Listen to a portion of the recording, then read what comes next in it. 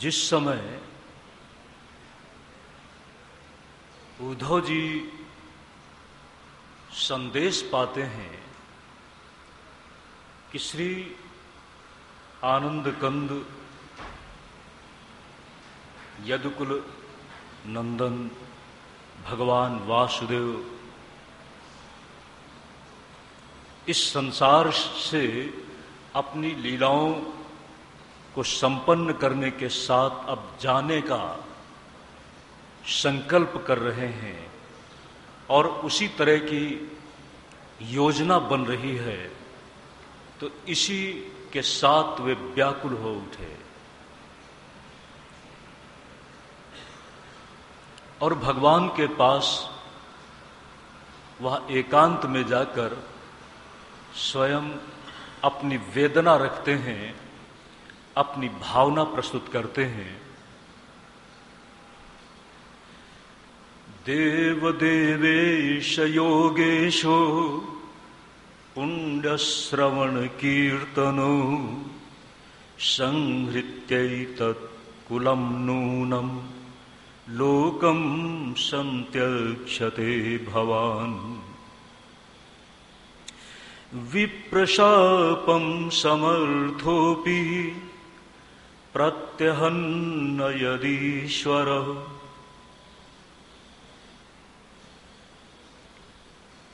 आप पुण्य श्रवण कीर्तन है, आपके नाम के साथ जुड़ी हुई यशोगाथाएं, उनका कीर्तन करने के साथ ही पुण्य की अभिवृद्धि करने वाले हैं। चाहे उनका व्याख्यान किया जाए, कीर्तन किया जाए या उनका श्रवण किया जाए। आप अपनी लीलाओं को संपन्न करने के साथ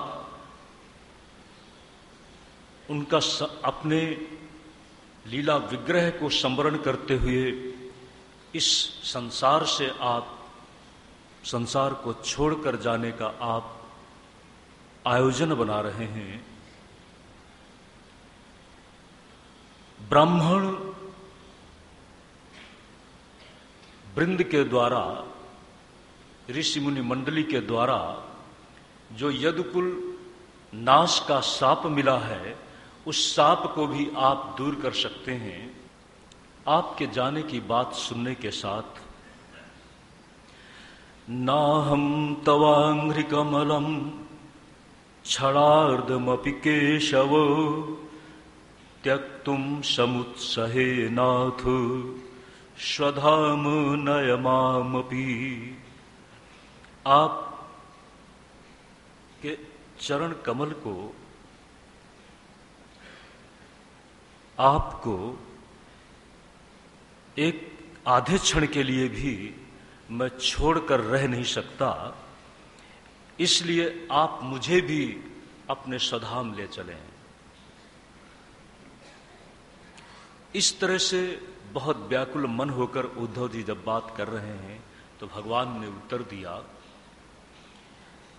यदात्मां महाभागो तच्चकीर्षितमेव मे ब्रह्मा भवो लोकपाला स्वर्वासं मे विकाङ्क्षिणः मया निष्पादितं ह्यत्र देवकार्यमशेषतः यदर्थमवतीर्णोऽहम् अंशेन ब्रह्मणार्थितः। कुलं वैशापनिर्दग्धं नक्षन्त्यन्योन्यविग्रहात् समुद्रः सप्तमेऽन्यहेतां पुरीं चैव प्लावयिष्यति। आपने जो कहा ठीक ही है, मैं भी अब जाने की इच्छा कर रहा हूं और मेरे जाने की इच्छा के पीछे ब्रह्मा और देव समाज भी सोच रहा है, उसकी भी यही इच्छा है। जिस देव कार्य के लिए मैं अवतरित हुआ था, वह मेरे द्वारा संपन्न कर दिया गया है।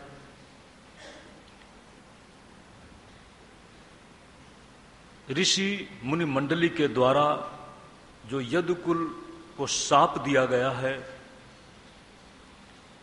उस शाप के वशीभूत होकर यदुकुल आपस में ही कलह के साथ लड़ झगड़ करके समाप्त हो जाएगा।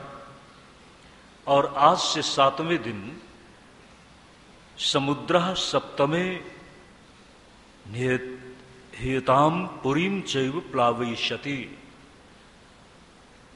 इस द्वारकापुरी को समुद्र 7वें दिन डुबो देगा।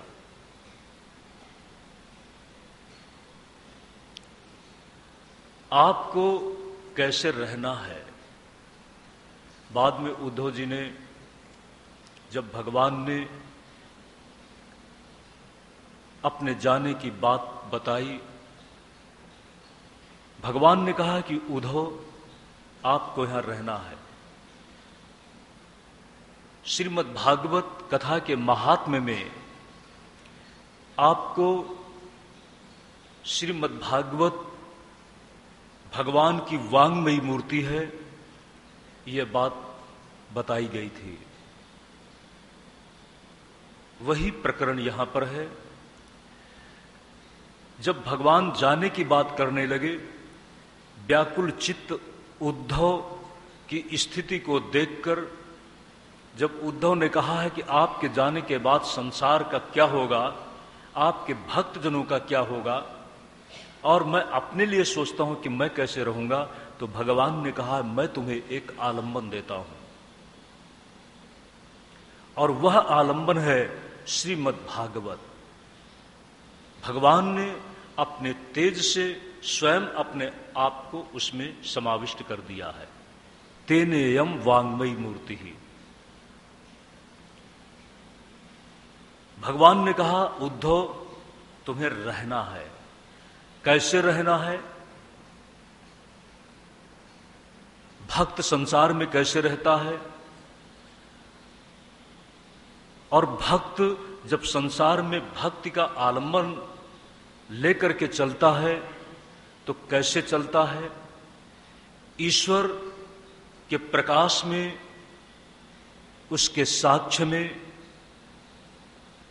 आत्मभाव से ईश्वर को अपने में ही देखता हुआ ज्ञानी इस संसार में कैसे चलता है? उसके इस मार्मिक ज्ञान को पाकर संसार में कोई चलना सीख ले। संसार में चलने की बात को ही सिखाने वाला है गुरु।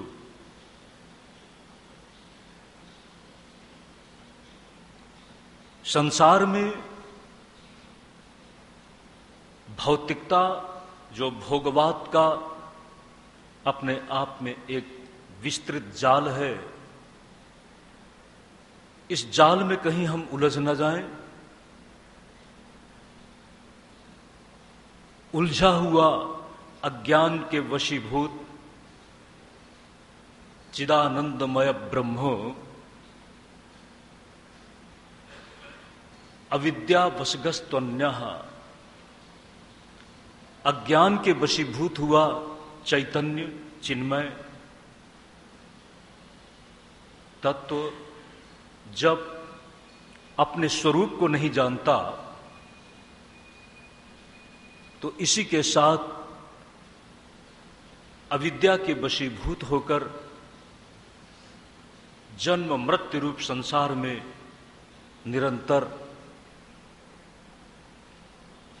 जन्म लेने के बाद मृत्यु, मृत्यु के बाद जन्म, इस तरह से इस दुष्चक्र में निरंतर चलता चला आ रहा है।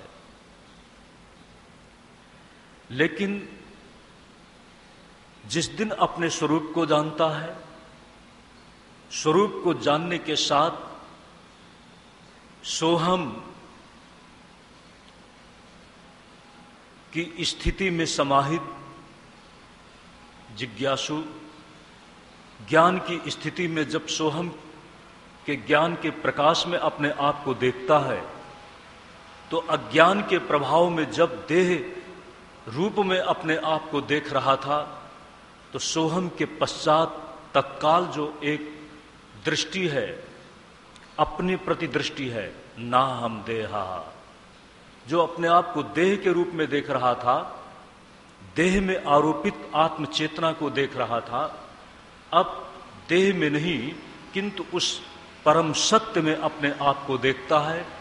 वह परम सत्य जो सर्वमूल है। सर्वमूल यहां भी है और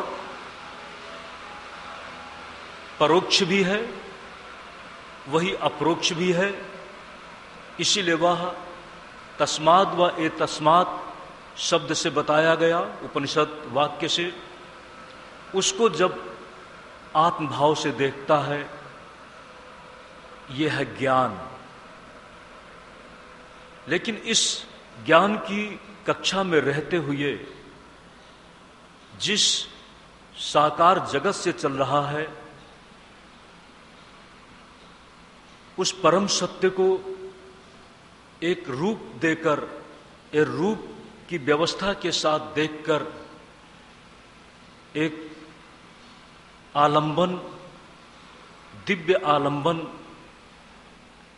जब अपने साथ देख लेता है और उस दिव्य आलंबन के साथ जब संसार में चलता है, भक्ति के संदर्भ में, तो भगवान ने ऐसा नहीं कहा है कि मैं ज्ञानी के साथ में नहीं हूं। ज्ञान और भक्ति का संबंध है। भगवान भक्ति से सहज ही प्रसन्न हो जाते हैं। जो वेदांत का प्रतिपाद्य ब्रह्म तत्व, वही भक्ति के संदर्भ में सगुण साकार रूप है, भगवान है। ये संसार ब्रह्म से नहीं किंतु ईश्वर से है। माया सबल ब्रह्म ईश्वर बन जाता है और ये संसार ईश्वर की इच्छा का विस्तार है। उसकी इच्छा का ही ये सृष्ट रूप है और उसकी इच्छा तंत्र में ही इसकी स्थिति है और उसके ही इच्छा तंत्र में इस संसार का लय है।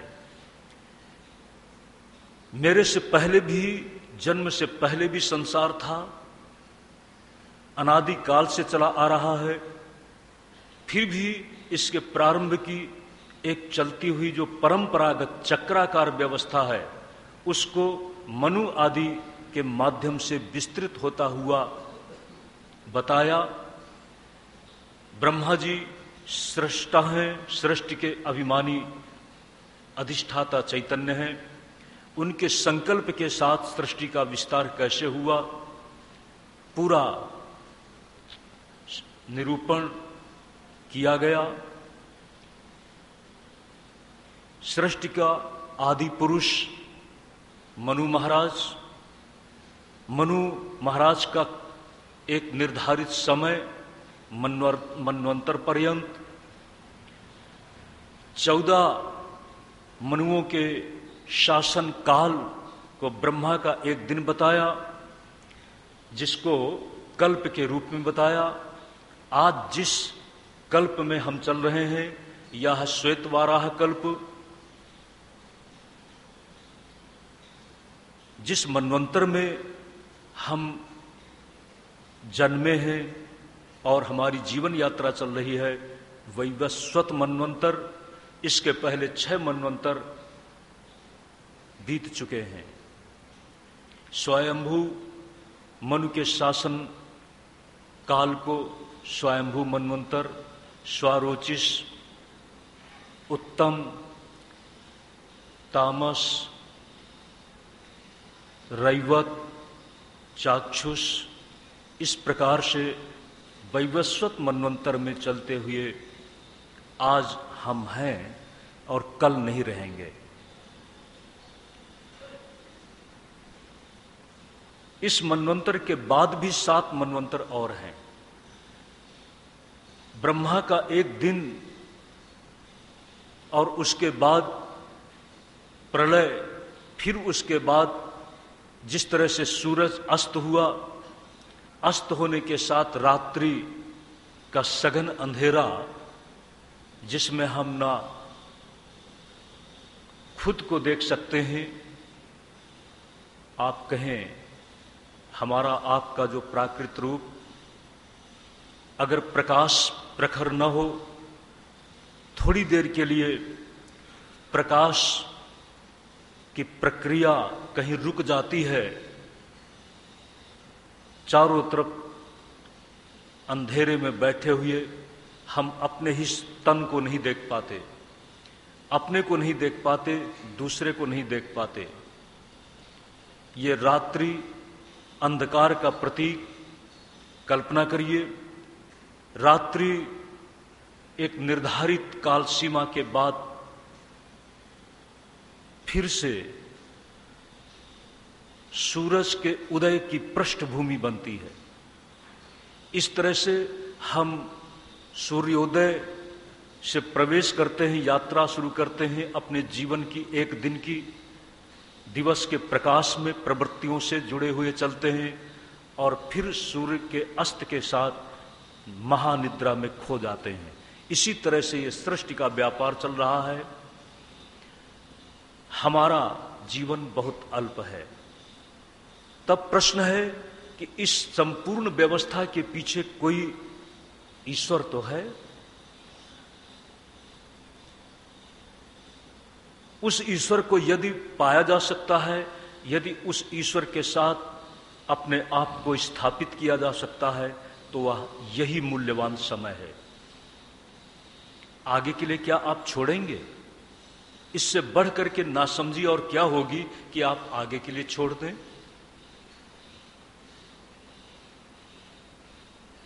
आगे के लिए यदि आज को छोड़ देते हैं तो कल आप इसे आत्मसात कर सकेंगे, आज के प्राप्त ज्ञान का प्रयोग कर सकेंगे, क्या भरोसा। इसलिए सज्जनों, ज्ञान के पथ में हम चलें, जगन नियंता ईश्वर के प्रति हमारी आस्था, उसके साथ हमारा संबंध बोध बहुत बड़ा ज्ञान है।